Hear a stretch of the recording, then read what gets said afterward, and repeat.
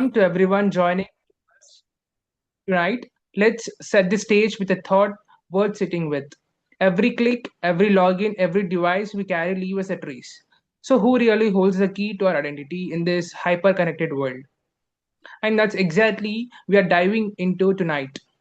Trust by algorithm, AI, cyber law, and the future of digital identity. I'm Yashwant Reddy and I'll be host for tonight's session. This session is part of our Cyber Sunday series, a space built to spark awareness and meaningful conversation around cyber safety, law, and technology, bringing together voices who live and breathe this world to share with what they know. Tonight, we are thrilled to welcome our guest speaker for episode number 30, Prabhakar Damur, a cyber security leader with 12 plus years of experience across cyber resilience, threat intelligence, AI security, and governance. He is currently pursuing his PhD in cybersecurity in IIIT Vadodara and serves as director of NEVNAV Private Limited and is also IICA certified independent director and CSO 50 2023 award recipient. Please join me in giving a warm welcome to Prabhakar Damor. Over to you, sir. Thank you so much, Naksh team, for the warm introduction. I'm pretty much delighted with the introduction. Thank you, Uh, sir. let's start with the session. Hope everyone is ready with the learning energy for today, and I'll try to make it, concrete and hard hitting so that each and everyone would learn something and take away the trust by algorithm session that we have planned, and we'll make sure that each and everyone would be uh, learning from the scratch, and that would be uh, the best from my side. Yeah. Just give me 1 minute. I'll start the presentation. Just let me know if everyone can see my screen and my audio is audible. Yes, sir. Your video is clear and your voice is also clear. Okay, let's begin the session. The session title is Trust by Algorithm, and this is the brief scenario which I would like to highlight here because it creates a larger impact and it has created a wave of deepfake attacks. So, hope everyone remembers like 2 years ago how that scenario started. Uh, a CFO received a call that clearly identifies that we need to transfer some amount of money to a particular bank account. And since he was on a video call, which was perfectly mimicking his voice, his facial behaviors, everything. And since it's what is a high priority scenario, uh, the employees who are like are aware about that particular scenario has accepted that yes, he's the true person, and they have transferred the money and given the approval. But ultimately, after the incident, after 8 hours, they get to know like it was a deep fake call where his personal videos as well as audios were Recording in syndicated. progress.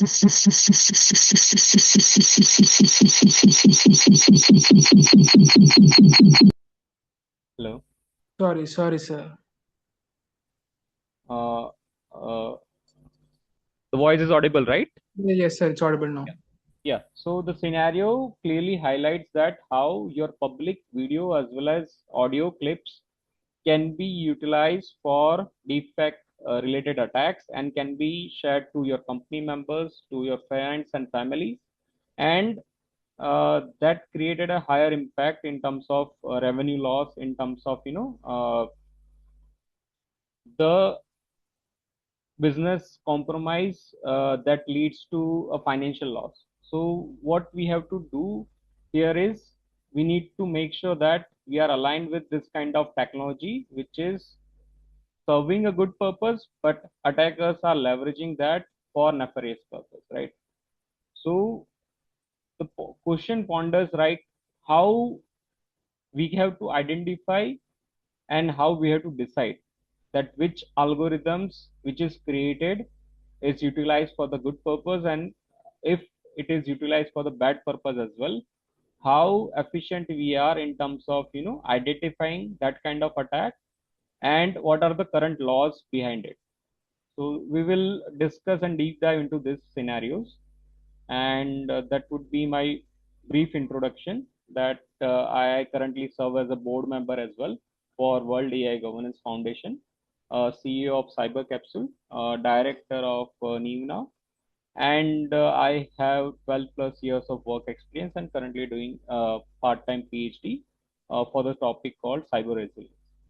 And that brings me to the critical question that we have already identified here is the identity attack surface has changed with introduction of AI, but we have to be vigilant and aware about the scenarios like what AI related risk that this technology has taken into.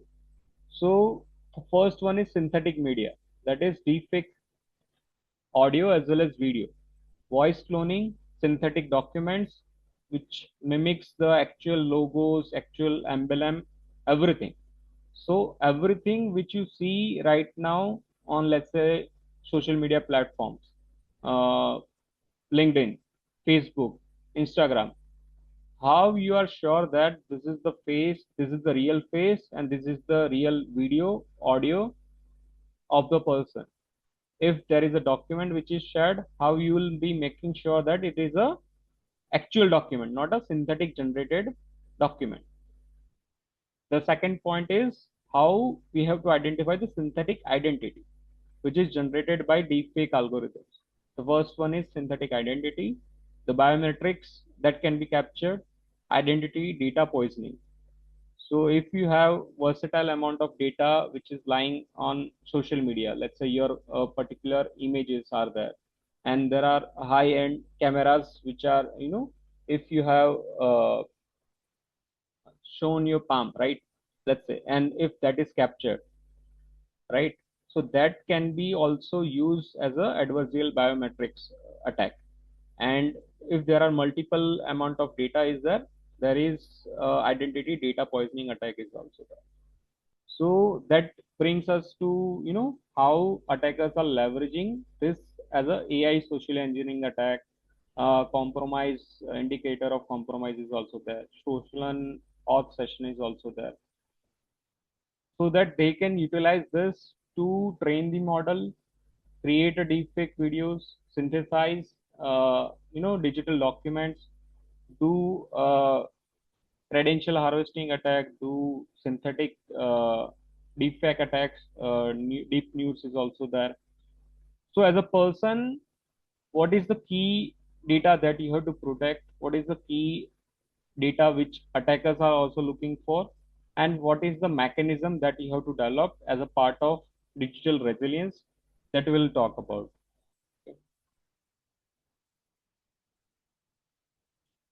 So right now, most of the technologies are utilizing AI for automation, right? Whether you have to do the biometric authentication, that will be also taken care by algorithms. Whether you have to do the voice synthesis, that will be also taken care by algorithms. Even the document verification of Aadhaar and everything, where AI is heavily leveraged right now for all the digital gatekeeping, device fingerprint, behavior analysis, all the things are monitored and utilized by AI powered algorithms right now. And 60% of the adoption is already taking place. So, as a part of second factor authentication or a multi factor authentication, all your synthetic data or private data, which in terms of your voice, your face, your biometrics, are utilized and trained by the AI model across the globe. And what we can see as a part of Aadhaar or as a part of digital eKYC, UPI onboarding, SIM activation, every data points which currently utilized as a identity verification mechanism are being trained, and the models are being trained, and that is also synthesized right now. So whatever the data which is already there in the market, which is already public right now, it is already utilized by the model, right? But now if we have to verify, or if a model has to verify with the actual human being as well as the synthetic data, what would the mechanism and what would be the risk score that we have to identify, right? So it's an algorithm which is testing each and every case, each and every mechanism, and it is working on the model which has a confidence score. So if 80% of the identity is matched, so it will say that yeah, it is probably true, and this is the real human being. So right now, attackers are reverse engineering that particular scenario to make sure that they will have 80% of the information, or 80 to 90% of the information which is collected from the public source by hacking mechanism of a personal user, a targeted user, and then that data points would be trained into the model, which is a deepfake model, and it will create a synthetic identity, right?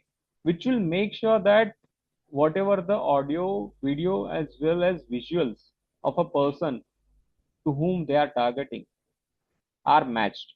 And that is the power of algorithm, and that is part of the computer vision as well as the deepfake technology.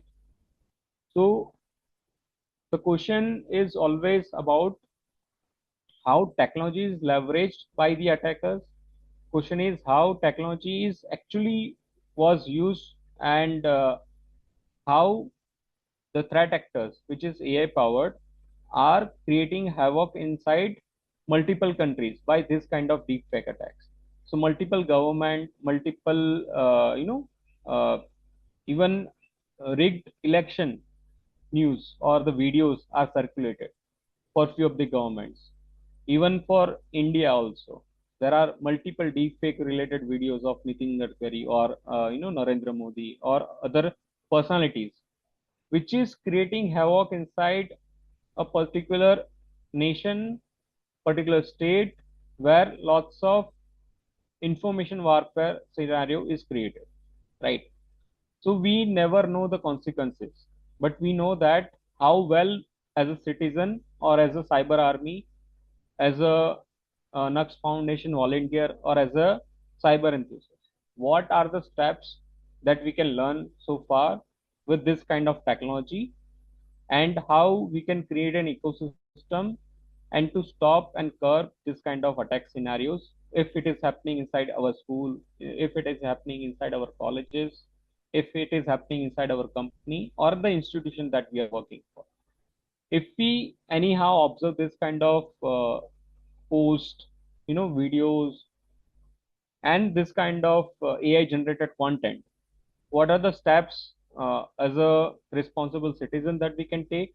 What are the steps as a responsible nation which India is already taking care?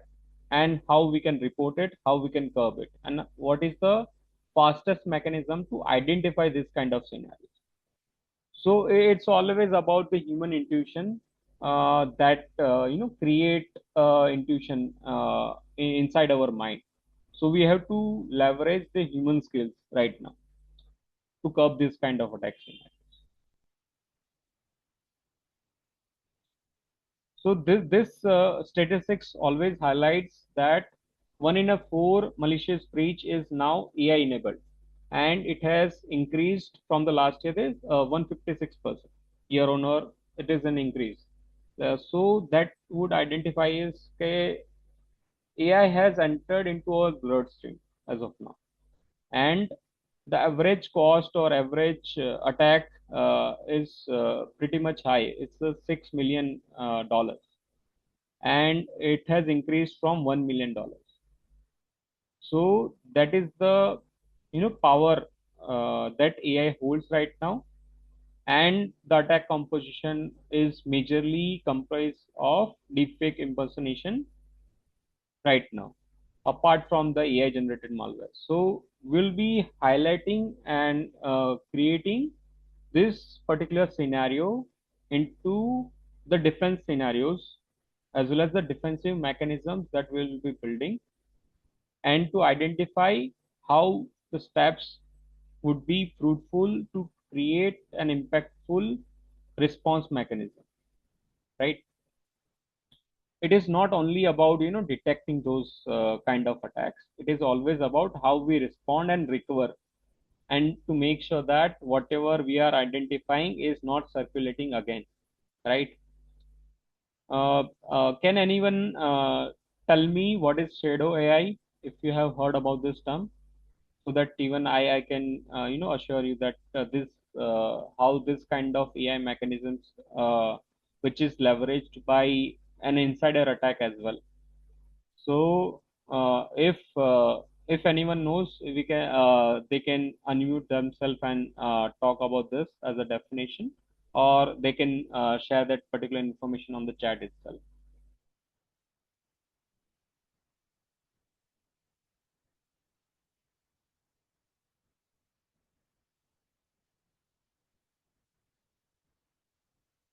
Okay, I'll continue. So shadow AI is an unauthorized use of IT as well as AI related assets, which is not part of the system and not authorized by a company or an organization which you are working for. So if you are using a malicious software for any of the nefarious activity which is not authorized by the company to generate a particular document or an image, right? Even Copilot, if it is not authorized in your company, can be part of a shadow AI application. So this kind of shadow AI applications are already leveraged by insider attacks as well as the external attacks. So as a responsible citizen inside a company, if you are into cyber defense role, the major goal would be to identify this kind of applications, this kind of resources, and this kind of web sources which is already available in the market, to create a blacklist of this application, right? So that would be the first part. Identify malicious applications which are powered by AI and which is used for the nefarious activity. Nefarious activity is deepfake related software, right? If you have a list of this kind of tools, there is a GitHub repository which has a list of almost 800 plus tools, which are used by dark web resource persons, which are used by even police for OSINT, open source intelligence. But if you have this kind of usage in logs, in terms of the activities which you have observed inside your company or an organization, you should create a policy for removing those tools and create a blacklist for removing this kind of application as a part of shadow AI mission, right? So this will talk about the India's perspective. What would be the India stand and how well versed we are in terms of identifying this kind of attacks, and what is the current maturity level as well as the awareness level of the individual, right? So 47% of Indians are a victim, directly or indirectly, of an AI-based voice clone attack, deepfake scam, and it has put India on the higher note here, right? Because since past 2 years, everyone has heard about the digital arrest scam, right? So digital arrest scam is also a subliminal part of this kind of AI powered activity, where if a voice clone is added, if a deepfake is also added, any person can mimic, can create this kind of digital arrest related videos, or a scam video, or a deepfake related videos, where impersonation attack would be orchestrated for the innocent citizens or a senior citizens or a woman with, right? So what we have seen as part of certain reports, there are almost 80 lakh smartphones, 18,000 crore UPI transaction is happening inside India, and India is a mobile savvy country, right?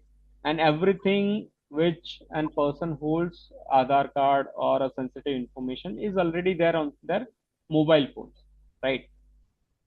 Speed, scale, everything would be available on a massive scale with types of digitalization that we have. So that is the crucial thing which attackers are also seeing right now, right? So what attackers are targeting is which are the vulnerable classes which are having right amount of money but less amount of digital knowledge. So they have started targeting senior citizen people or a person who is having a higher authority but having a digital less amount of digital knowledge. Let's say a person who is handling a sensitive information of a bank or a financial institution. If they are not tech savvy and if you convince them or if you threaten them at this point, right? So what are the chances that they will fall a victim? So attackers have created this kind of modus operandi and they have created a foolproof plan. They will identify you as a target, a high value target. They will lure you with voice cloning attack. They will lure you with some kind of schemes which will ask you and they will visit your homes. They will visit your office as well and ask you for some kind of documentation. And then once everything is finalized, they will ask you for money to process that particular thing, or they will threaten you, or they will make sure that you are part of the UPI related scam or drug drug box related scam or a extortion scam as well. So this kind of scams which has rose in past 2 years has created a larger amount of impact in terms of the defect economy that they have built as well as the cyber crime economy that they have built. So, as a citizen, this is the need of the hour that everyone who is part of this ecosystem are well aware about that. They can even train the people as a part of awareness campaign. They can train the people by circulating how we can how we are not supposed to spread the misinformation, how we are supposed to identify the victims, console them, how we can create this kind of SOPs so that none of our relatives, none of our members are affected by this kind of digital arrest. So the first step starts with the identification as well as the awareness that we are trying to build as an ecosystem. So this is the deepfake kill chain which I have proposed. It will start with the recon part, whatever amount of social media that you have, which is accessible by the public or the private setting that you have built till now. Whether it is a 12 years old post which contains your photo, video, or voice, that will be also a part of a deepfake economy where attackers is trying to harvest those information if you are part of a high value target, right? The first step is recon. It is an open source intelligence mechanism or a SOCMINT, that is social media intelligence part, where attackers will try to pull out your photos, videos, voices, social media posts, your content writing skills, role information, the background, where you have studied, where your friends are. The public data is the raw material, right? And that is used to train the particular deepfake models to generate your cloning phase, generate your voice clone, generate a deepfake related videos of 2 minutes, 5 minutes, which will create a personal impact on the victims. Their victims would be their friends or families or the close relatives. And once everything is created as a part of synthetic documents about the target, they will create a particular targeted attack on you, which will make sure that whatever the information is presented to you as a part of trusted mechanism, they will try to manipulate the victims, their friends or families. Let's say कि अगर WhatsApp पे एक अचानक से एक message आता है कि I am stuck at an airport, or I'm stuck due to an accident at a hospital, I immediately need a money. Kindly transfer this to this account because I met with an accident. So if your voice is cloned and if you are receiving this particular voice call on your phone, what will you do? There is no alternate mechanism at this particular point because your phone is switched off, right? And if they are exploiting your trust with authentic document, authentic voices, videos, then there is no trust mechanism which is left at this particular point. But attackers are leveraging this kind of trusted mechanism as well. And at this particular phase, the platform would try to make sure that whatever the information that they are getting would be transferred to you, right? But as a verified citizen or as an aware citizen, what are the steps that you can do? There is always a second level of mechanism. You have to either call their friends, their hostel wardens, if they are living in a remote area or a remote city where you are not able to reach. Ask someone, safe house or a safe person mechanism, where a person who is a guardian would immediately reach out to that particular location, identify the situation, and break the particular chain which is happening here, right? Because their major goal is to create a monetary loss scenario where either it is a account takeover, a fraudulent case, business email compromise, money laundering, or they are trying to access your confidential information. So because this action is very much easy to implement because all the information about you is already there in the market, right? So the key takeaway here is how we are defending the particular attack kill chain, right? There are 6 steps, but each and every steps, if you minimize those steps, you will be a winner here. The first step is you have to minimize each and every public profile that you already have, right? The second one is there should be a trusted mechanism which you have to create with your friends and families. If certain kind of scenario arises from your side, you can give them an alternate number, you can give them an alternate safe passage as well, guardian in case of you are living on the remote area or a different city, right? So this kind of trusted mechanism that you have to build with your friends and families in kind of this kind of situations.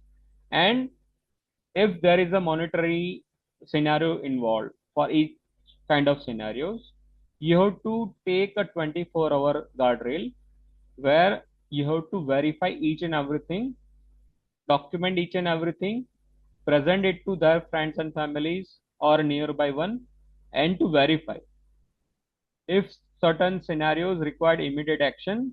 That is the mechanism that you have to build as a fail-safe mechanism to prevent this kind of defect related scenarios. So this was the scenario that we initially discussed and it was already covered. And I would like to highlight this kind of scenarios where it was a employment fraud uh, which has reported $13 million loss. And why FBI is heavily targeting or heavily spreading awareness with this kind of scenario is because it has created a global impact. Because if there is a synthetic employee or a malicious employee who is an AI or who is uh, a shadow person who is mimicking someone else and who is drastically collecting your informations from the company. As a company resource, what is the background verification? What is the user monitoring activity? What are the privileges that you have given to the users? Everything should be monitored in case you are holding a sensitive information inside the company, right? For any of the sensitive roles, this kind of mechanism should be placed.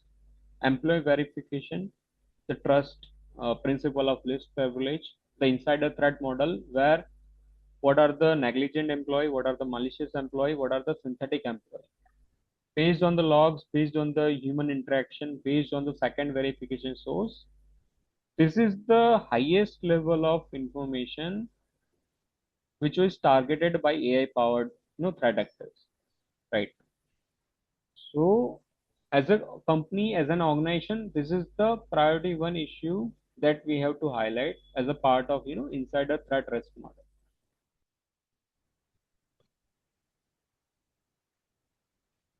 So this is the third scenario. It is a digital arrest scenario where multiple AI related clones of celebrities, CEOs, as well as fake platforms are created, and it has created supply chain attack, and they are endorsing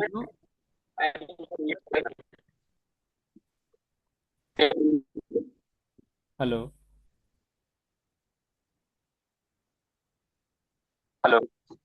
Yeah. Yes, sir. Audible. Hello. Yeah, sir, you can Yes, sir. continue. Yeah, someone is trying to speak. Yashwant Reddy. No, sir, no, nobody. Okay, I'll Please, continue with it's this. fine. Yeah. So this is the third case where a particular AI clones of celebrities or a CEOs or a political person are created.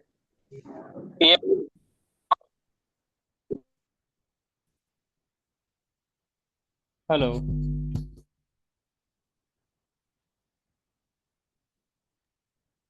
Sir, now you can continue, sir. We have removed the distance. Okay. If someone has any questions, they can always ping in the chat if that is okay. Yeah. So this scenario particularly highlights how deep fakes as well as clones of celebrities are circulated in the social media, circulated with the families and friends to create a particular havoc situation, right? And there are particular nexus that has been identified by FBI. Cambodia, Myanmar, Laos are a particular hub of this kind of attacks which are created on a massive level. So there are 800 people who are busted in Lagos as well and Cambodia as well. So there are few of the documentaries, few of the scenarios where a job offer is offered to a particular employee. Once they have reached to Myanmar, they have taken as a hostage, drove to 400 kilometers away on a remote location, and forced on a gunpoint to create cyber related activities, which is creating fake ads, sextortion scams, as well as fake job offers, malicious APKs. Those kind of activities were created, and there is a particular cybercrime economy which is created. There are 800 people who was busted, and they were acting as a cyber mule at that particular point. And these are the countries who are an origin point, just like Jamtara of our country. These are the countries which is having this kind of operations.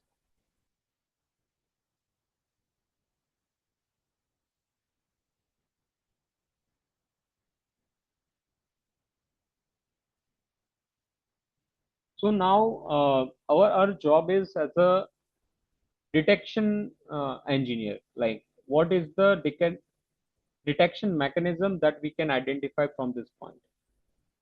How we can see that this is fake and this is legitimate? So we have to work on our intuition mechanism, identify uh, the particular areas, how it is originating, how we are identifying as a misinformation, who is creating this, how it is modified. As an human being our job is to identify a person with three-step verification. If we know a person, there should be a safe word that 10 years ago we met at particular place, we took a photo, and who was the third person. That is the memory that you have with that particular person, right? So if a person who is calling you is unable to identify those situations, unable to prove that they don't have a particular memory of that particular situation which you are describing as a second or third verification step, you can assume that that person is not real, right? So these are the mechanisms which we can always check as a human being. The first one is how to create a personal story, the credential verification, the device verification, the event or the logs, the action which they have taken, right? We have to map each and every activity with the actionables, backtrack that with a particular situation, how it got created, how it got modified, and how we are monitoring right now after the attack, right?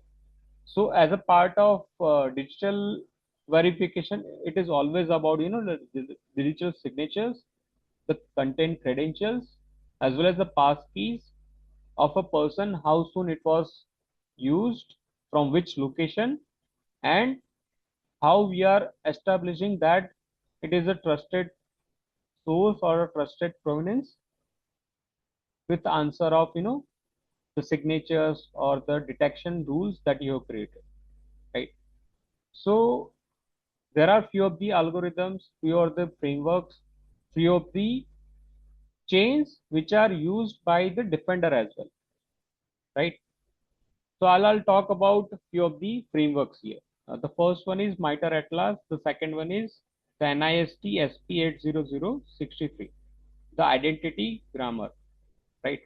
Why I'm calling it as a identity grammar is because it is standard which will make sure that the identity is assured, authentication mechanism if you are implementing that would be assured, and the federation trust between a system A, system B, and system C, right? That will be also assured. If you are managing this identity, the authentication mechanism, and the trusted boundary between systems, system A, system B, and system C.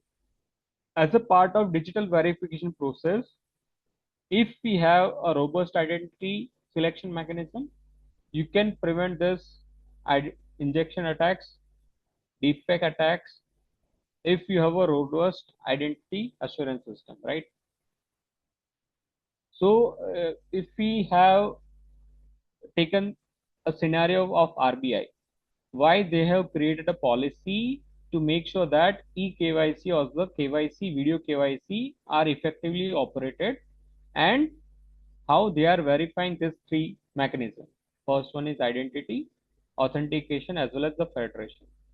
To make sure that all the KYC related process, which includes voice, retina scan, as well as your biometric scan, as well as your video of a person, is deepfake resistant. It is a live scenario which will make sure that they have followed this particular threat model, created the particular backup scenarios, and make sure that if everything is passed, then also we have to check it with the risk scenarios, right? So this kind of framework would be a backbone to mitigate identity related threats. If we talk about the European market, which is also leading with UADI wallet, where European Union has created a digital identity wallet of each and every individual here. So the digital identity wallet creates a citizen profile, which is a privacy preserving model, and they have each and every authenticated rights to make sure that whatever information they are choosing to share with a particular party, particular people, and a particular economy in the trusted mechanism. It's kind of digital passport here, where the digital wallet would be used as a storage mechanism as well as the transference mechanism. and it would be linked to your payment, it would be linked to your bank, it would be linked to your particular passport, it will be linked to your particular identity, so that each and everything is monitored with the digital signatures. And where we are standing as a part of India, the first one is we have a DPDPA law which is going to be implemented in the year of May 2027. The full application, which includes the fiduciary rights, the data protection, the laws, which will make sure that whatever the deepfake related incidents, the data breach related incidents, the data privacy related incidents are monitored and covered under the DPO stack. So each and every company who is responsible for storing, organizing, and transmitting the data would be liable, and if they are not compliant with that, they will be fined as well. And during the India AI Impact Summit in 20 February, India has also released a synthetic media, which is an IT digital media ethics code amendment rules, which has created a particular government's law as well as impactful takedown whenever a synthetic media is circulated on social media platforms is obliged to take down that particular audio, video, or synthetic media as a part of takedown order from the government within 8 hours or 4 hours. If there is a sexual content, they have increased the timeline to 2 hours. And if there is a grievance resolution which is not taken care within 7 days, that would be escalated and heavy fine would be impaled from the social media as well. So as a part of social media handlers or social media enterprises, that would generate a legal boundary. The first one is you have to disclose the same. You have to make sure that each and every activity which is happening on your platform should be monitored and should be verified. Clear labeling should be there. You have to declare if something is written or something is created with AI. You have to verify as well, and take down requests should be prioritized as well. So that is a synthetic media amendment rules, which is clearly taking a forward step in terms of other government rules that we have seen so far from other countries as well. So the question arises like, who is liable? The one who is creating the particular algorithm, or the media handler, the profile handler, who is utilizing that particular algorithm? In this case, we are the people who is getting impacted. But as a part of law, how we are seeing this as a concept, right? If a social media platform is unable to detect a deepfake video or a deepfake audio or a deepfake images, so who is liable here? The person who is creating that particular images, videos, or the platforms who is unable to detect this kind of audio, videos, or deepfake related contents. So either way, both share the responsibility in terms of the criminal activities or the criminal fact that is to be regulated. So from the India's perspective, data fiduciary, the data holder, who will be answering from the data processing perspective, and the person who has created that particular video or posted that particular video would be liable under the criminal act. So this would be a three scenarios where you have to understand as a user as well. If you are using the platform responsibly, the platform is there to help you, right? And if you are abiding by the rules and reporting this kind of deepfake related activities on the prompt manner under the sections which is already amended by the IT rule, you will be in a safe harbor place where the social media platform as well as the law will support you to make sure that whatever the deepfake related content which is harassing you, which is spreading deep nudes as well, would be taken down within a stipulated amount of hours, right? So, as a part of the data perspective, if we take as an individual level, it would be a scenario where your information is very limited. But if you talk about as a application holder or as an organization, you'll have lot of data which you will be storing, and you don't know what would be the blast radius. Blast radius is if in a situation where the database is compromised and all the sensitive data which contains your PII are exposed, right? So that would create a situation to make sure that your application or your platform is not trusted, right?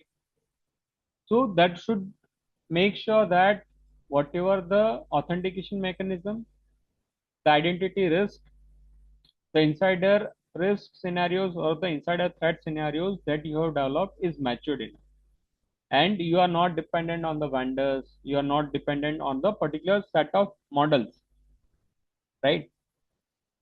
And you are compliant with the governance, risk and compliance, right?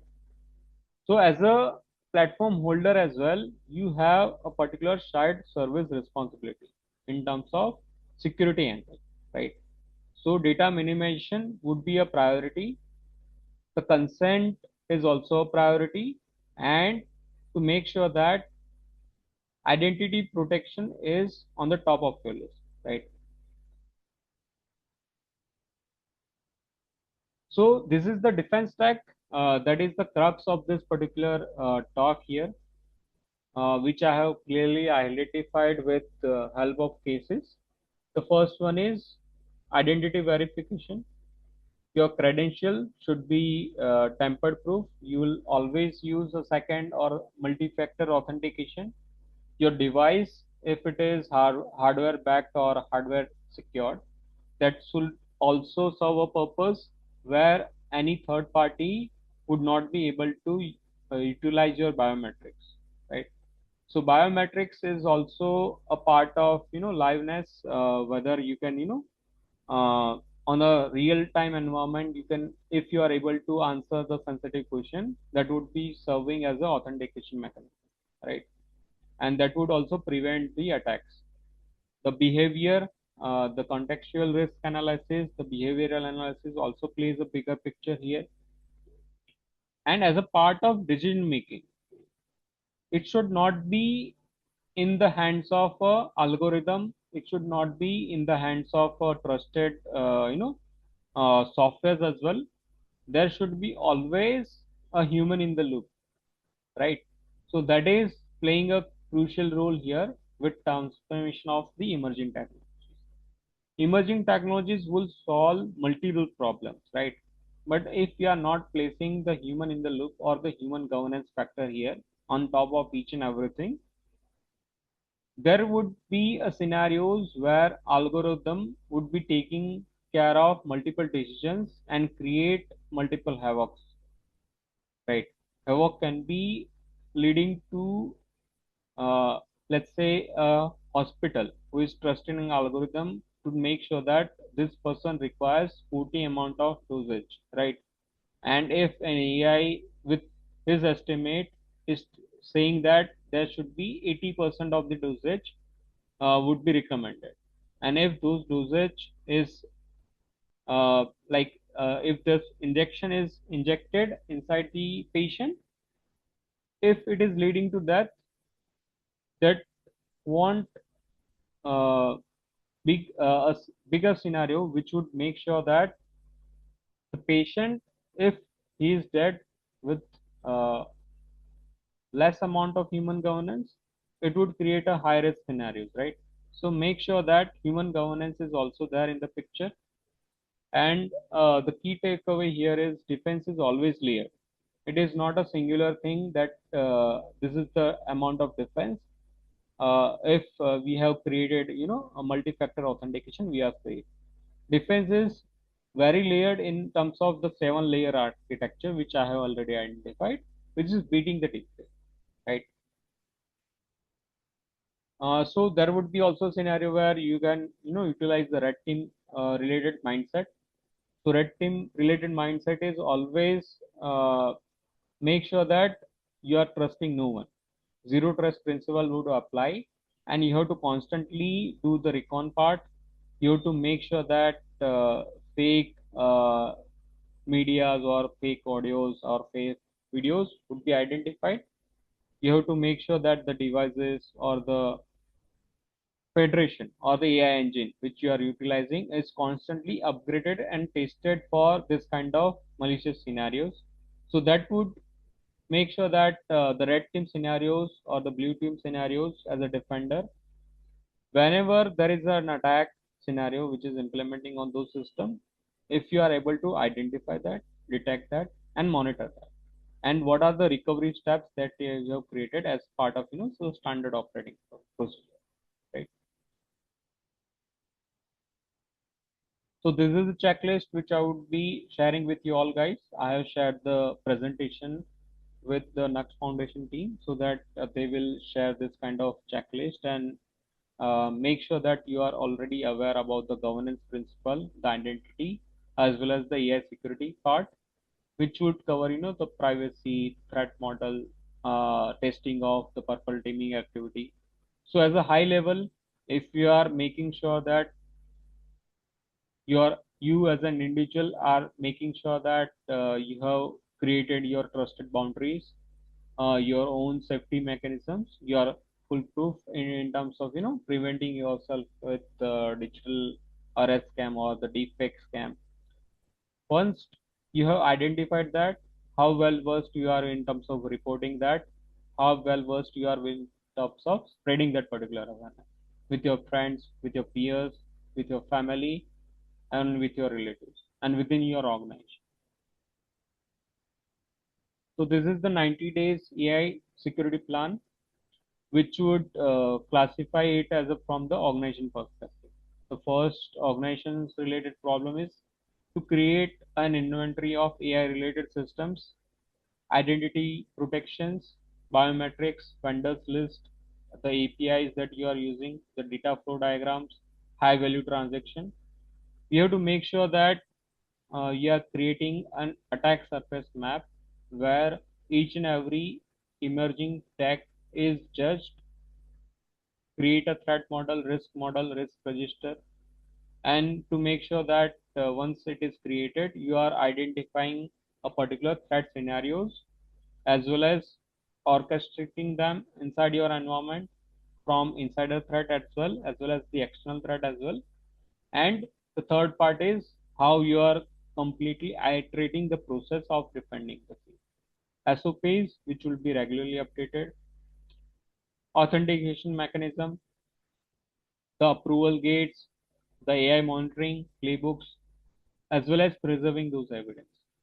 If you are making sure that if you are following this 90 days, security plan, you will be covered with and protected with this kind of attack. So this is the new definition of digital trust. The previous one was username and password or the multi-factor authentication, which is a code OTP that you are getting or clicking with your biometric, right?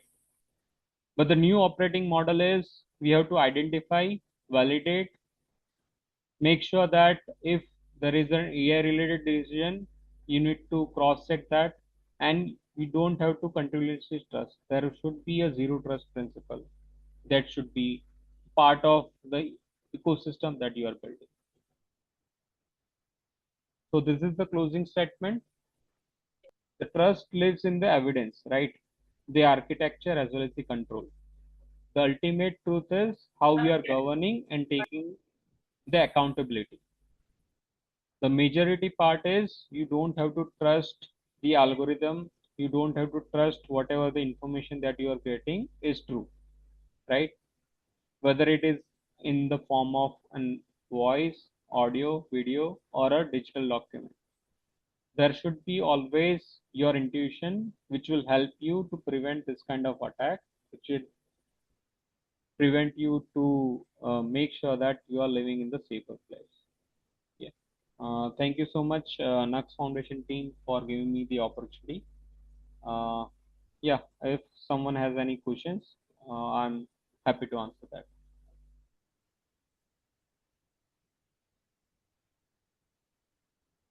Thank you, sir. It was an eye-opening conversation with us. You have really given us a lot to think about when it comes to navigating identity and privacy in today's digital-first world. So let's open the floor for the questions now. Drop your questions in the chat or raise your hand if you would like to ask live. We'll take as many as questions possible.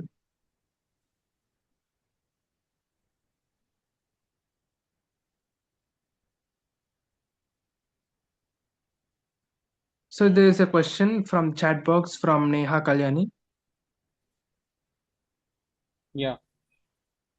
Sir, if client is from Indonesia whose personal info is on FB, can an Indian representative approach Indian cyber cell for takedown? Takedown of what? So, like they have asked that if the person is from No, no, he's from Indonesia. I'm just seeing the chat. The question is Yes. clear.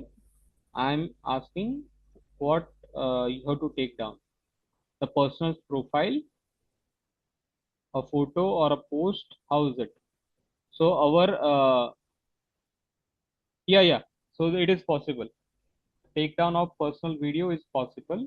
Takedown of post is possible. Everything which is there on social media, it is possible.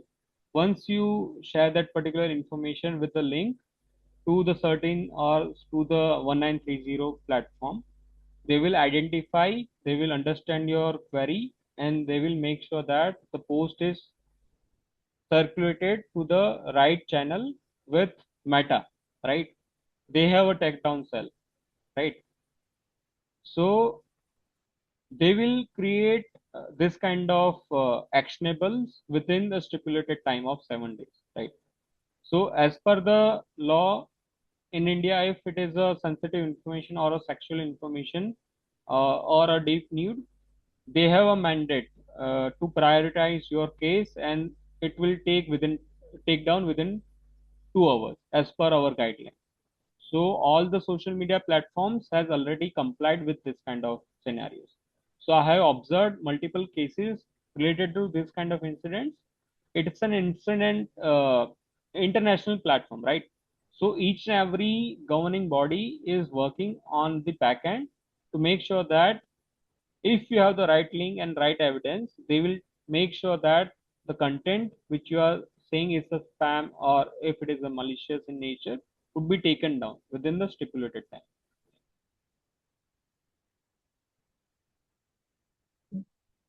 Sir, also there's one more question in the chat box. Should I read it out, sir? Yeah, I'm just seeing the question. Okay. There is a question that if someone is using a foreign IP address, and how we are taking that as an evidence. So yeah, it's a classic case. 10 years ago, I have started, this journey for doing a digital forensic for a particular IP-based attack. So every attack would utilize a certain amount of IPs, right? So which platforms do you know which would give you a robust information about an IP? सो शोडन आप सबने use किया होगा, certain वाला है, सर्टाई करके है. There are multiple platforms which will give you a particular information about an IP. I know attackers would be creating a multiple jumping of an IP jump, or a pool of IPs which are used in black hole. There are few of the dark web tools which will be utilized to jump your IPs. Now, if they are utilizing a VPN, right? So there are 2 to 3 angles, right? The public phase of an IP, which you are getting from an IP to IP request, right? And that if their particular IP is belonging to a particular organization. So they will have an internal IP range, right?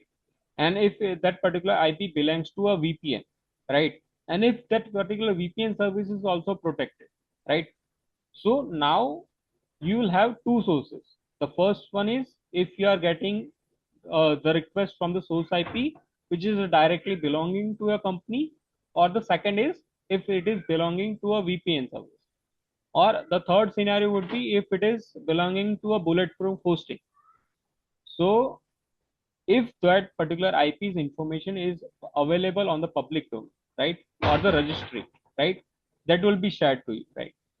But what law enforcement or a particular organization's body is doing in the backend is to leverage their intel sources, their expertise, and their tool stack, which is a part of proprietary network where additional information as a part of law enforcement activities, which you'll be getting as a part of first investigation. That information would be leveraged to map those particular IP ranges to a particular organization, and the activities would be traced to a particular organization's body and the resource person who is handling that. They will be liable to share that particular log of a particular system at that particular timestamp which you are reporting, right?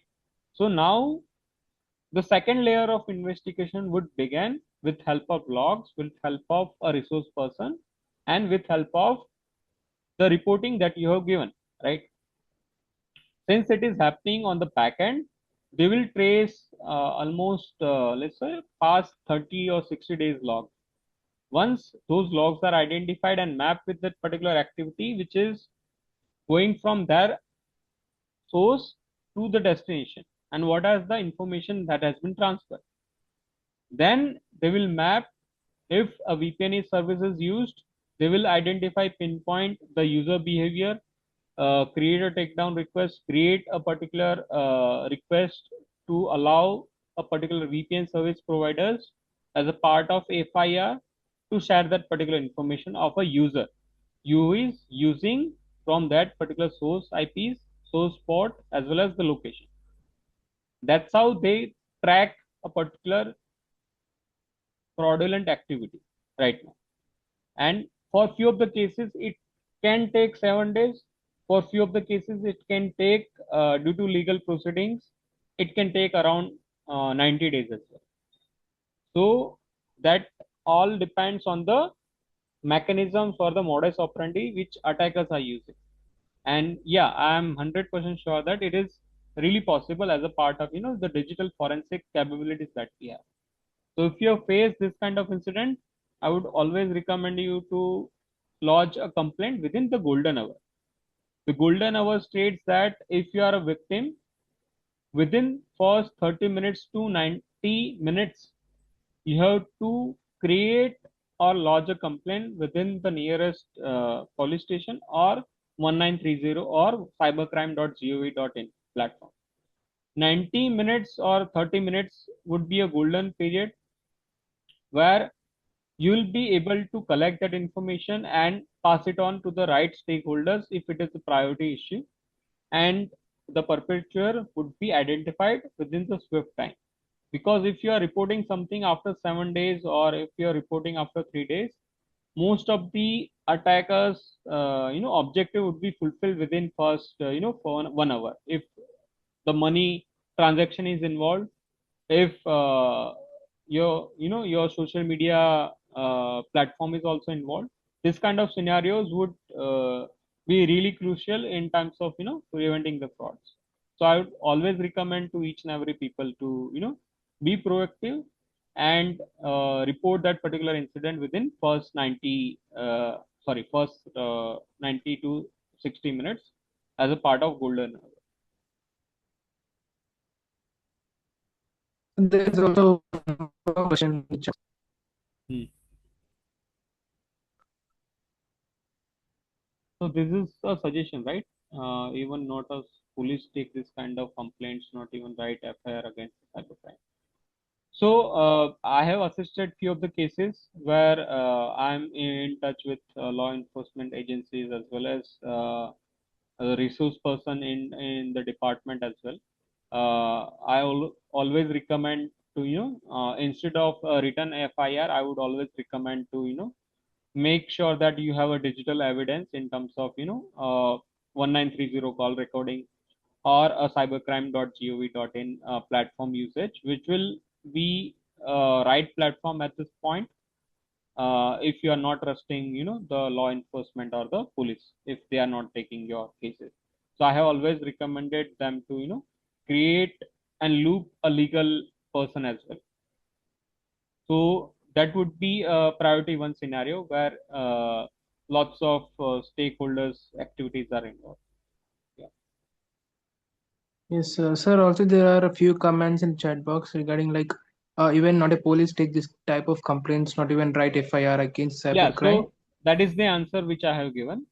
If police is Hmm. not taking your complaint, you have the option right now, right? If it's a woman related complaint, woman cyber cell is there, right? 1930 number is there, cybercrime.gov.platform is there, right? Cyber those platform is also there. You can tag relevant people on social media as well if they are not responding. There are few cyber volunteers are also there. There are foundation like Naksh Foundation is also there. Cyber NGO is also there. Even I am working with UP as well as Kerala related police. So they are also with help of various NGOs or various cyber professionals. They are able to make sure that your concern is taken care of. If you have faced this incident, uh, since I was not part of that particular mechanism, I am not able to comment whether few of the people who are not cooperative, right? But to whom I have helped, I have make sure that they have taken this approach that don't have to rely on a single body or a platform to make sure that your voice is heard, right? You can always utilize the power of social media, power of networking, power of this platform as well, so that your voice or your concern is heard at the right place, right? So this is a part of awareness initiative that I would like to help, right? Yes, sir. You don't have to make sure that के अगर एक आदमी या एक police ने मना कर दिया तो हमारा केस कोई नहीं लेता, हमें हार नहीं Hmm. माननी है, क्योंकि हमारे साथ कुछ अगर फ्रॉड हुआ है, so right time is to take a stand, take this voice and make sure that it is spread and it is spread to the right person, right? Police station में लॉट्स ऑफ टाइम्स ये होता है क्योंकि they are not equipped with this kind of cyber related frauds. That's why I'm telling you to go with the cyber cell initiative, right? जैसे मैं अभी बड़ौदा में हूँ, तो बड़ौदा में मुझे साइबर सेल है, वो मुझे पता है, उसमें कौन कौन काम कर रहा है वो मुझे पता है, अगर उनका ईमेल एड्रेस है तो वो भी मुझे पता है, अगर कोई पीआई है तो उसका फोन नंबर भी मेरे पास है. But if someone is reaching out to that particular channel, अगर वो कोई नजदीक के पुलिस स्टेशन में गया और वहां पे उन्होंने नहीं लिया क्योंकि वो साइबर क्राइम है, so you can always reach out to cybercrime, right? It's a official website, right, which is live 24 by 7. 1930 helpline, it is live 24 by 7, right? तो उसमें आप अगर अपना वॉइस रिकॉर्डिंग कर दो, उसमें आप बोल दो कि हाँ ये पुलिस स्टेशन में मैं गया था, ये पीआई से मिला था और उन्होंने ये कंप्लेन नहीं लिया, राइट? आपने ये कैसे मान लिया कि हमारा कंप्लेन कोई नहीं ले रहा? पूरे देश में सिर्फ एक अकेला पुलिस स्टेशन तो नहीं है ना, right? Who is able to help you? There are various sectors of an organization who is there, right? You can always report this kind of activity अगर वो कुछ crime का support आपको नहीं दे रहे हैं, right? उसका भी recording आप रख सकते हो, उसका भी complaint आप कर सकते हो, but the priority would be कि आपका जो problem statement है वो within first 60 to 90 minutes solve हो जाए, या फिर वो complaint आप right sources तक पहुंचा दो. इसलिए आई वॉज ऑलवेज रिकमेंड कि 1930 और cybercrime.gov portal would be much more efficient in that particular scenario. Woman के लिए 181 नंबर है, right? So woman related complaints के लिए भी इमीडिएट वैन आ जाती है. दो केसेस में मैंने खुद देखा है कि अगर मैंने कॉल किया है या फिर मैंने उनको कॉल करने के लिए बोला है, तो विद इन 8 मिनट्स वो वैन उनके घर के नीचे थी. सो उस केस में मैं आपको ट्रू पॉजिटिव दिखा रहा हूँ कि this is the scenario which I have also seen कि कुछ केस में हेल्प हो जाती है. अगर नहीं हो रही है तो मैं ये भी सिनेरियो आपको बता सकता हूँ कि आप इस तरीके के एक्शन ले सकते हैं। एंड कुछ कुछ केसेस चलो 6 महीने पुराने होते हैं या फिर 1 साल पहले होता है, वो केसेस आज इसलिए नहीं लिए जाते या फिर वो केसेस आज इतना इंपॉर्टेंस नहीं वैल्यू करते बिकॉज आपने वो स्टिपुलेटेड टाइम फ्रेम में उतनी एक्शन नहीं ली थी due to lack of awareness, right? That's why I am always insisting on to make sure that you are aware about that, right? Awareness सिर्फ अपने केसेस से नहीं फैलती, दूसरे को राइट आंसर देने में, राइट अप्रोच लेने में भी होती है, right? So that is the awareness which I'm making sure that each and everyone should incorporate. Personal losses होता है, प्रोफेशनल लॉसेस होता है, बट उससे सीखना क्या है कि this is the approach which I would need to take. आपने पुलिस के पास गए, उसने हेल्प नहीं किया, लेकिन आप इस प्लेटफॉर्म पे तो हेल्प ले सकते हैं। आप जितने भी नजदीक के फाउंडेशन है, साइबर एनजीओ है, नक्श फाउंडेशन है, दूसरे फाउंडेशन है, जिसकी हेल्प आप ले सकते हैं। जो रिसोर्स पर्सन है, जो लिंक्डइन में कनेक्शन है आपके, आपके क्लोज ग्रुप में कोई अगर लॉयर है, उसकी हेल्प ले सकते हैं। तो this would help you to be a proactive citizen, right? Yeah. Sir, thank you for addressing every question with such depth. And that brings us to the end of another wonderful cyber Sunday session. We hope tonight left you a little more informed, a little more curious, and a lot more aware.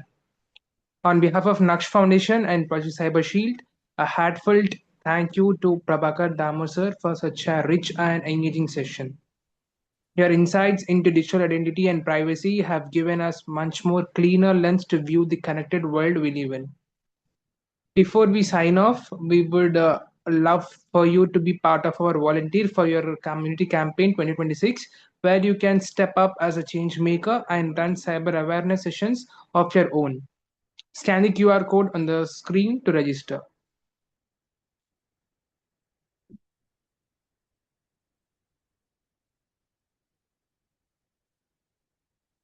Yeah, one last thing, and please complete the post assessment form by scanning the QR code on your screen, and also kindly check your chat box to get the link to to fill up the form. Certificates are issued only after this feedback form is submitted. So kindly do not skip it and fill out it. Any questions about the session or your certificate can be sent to event@naksh.org. Thank you all for being part of this journey with us tonight. We cannot wait to see you at the next another session. Until then, stay aware, stay secure, and keep building a safer digital world, one conversation at a time. Take care and have a good day.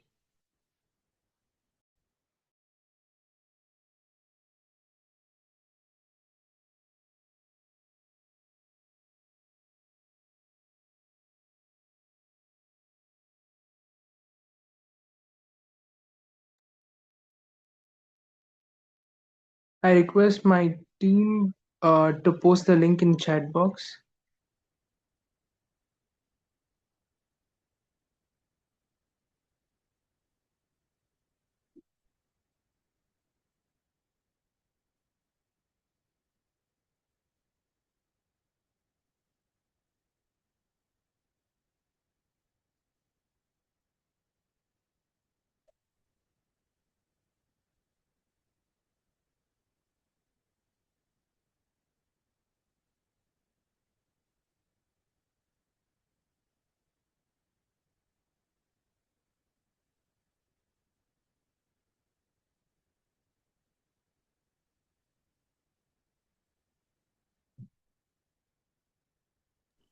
Yeah, could you please share the link as we are not able to scan the QR code?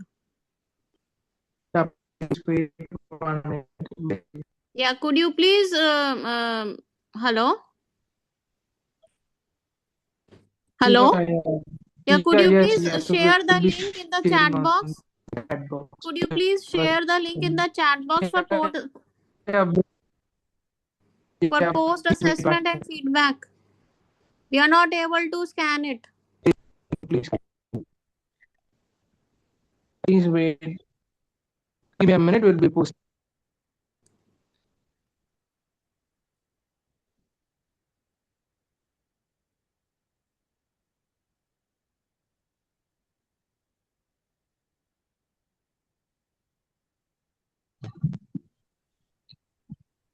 Sure, shall I leave? Yeah, like once if you fill out the form, you can leave. Yes, sir. I can go. Yeah.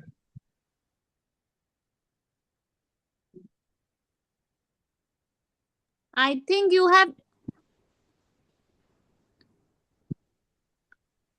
Okay, thank you, sir.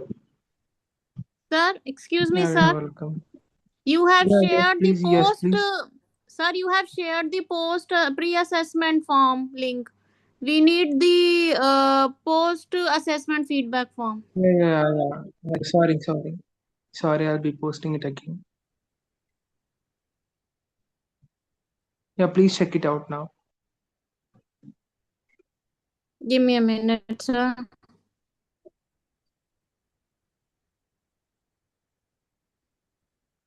Yeah, this one is fine. Thank you. Give me a minute.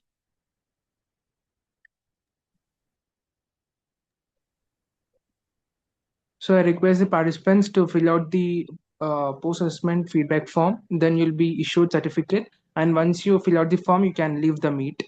And kindly do it by 8:20 p.m.